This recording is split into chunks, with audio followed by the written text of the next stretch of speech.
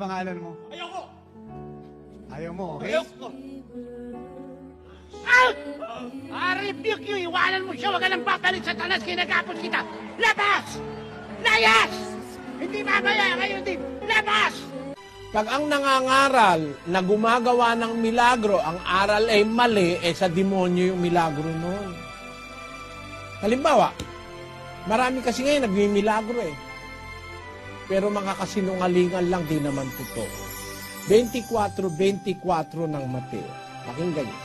Sapagkat may magsisilitaw na mga bulaang Kristo at mga bulaang propeta at magpapakita ng mga dakilang tanda at mga kababalaghan, ano pat ililigaw kung maaari pati ng mga hirang.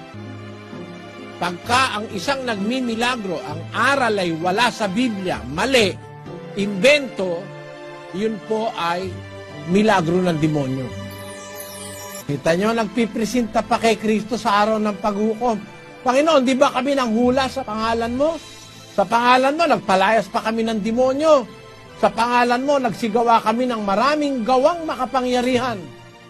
Kung magkagay, ipahahayag ko sa kanila, kailan may hindi ko kayo nakakilala, ang sabi ng Panginoon. May mga nagmimilagro po, hindi naman kinikilala ni Kristo kasi hindi naman sumusunod ang itinuturong aral mali.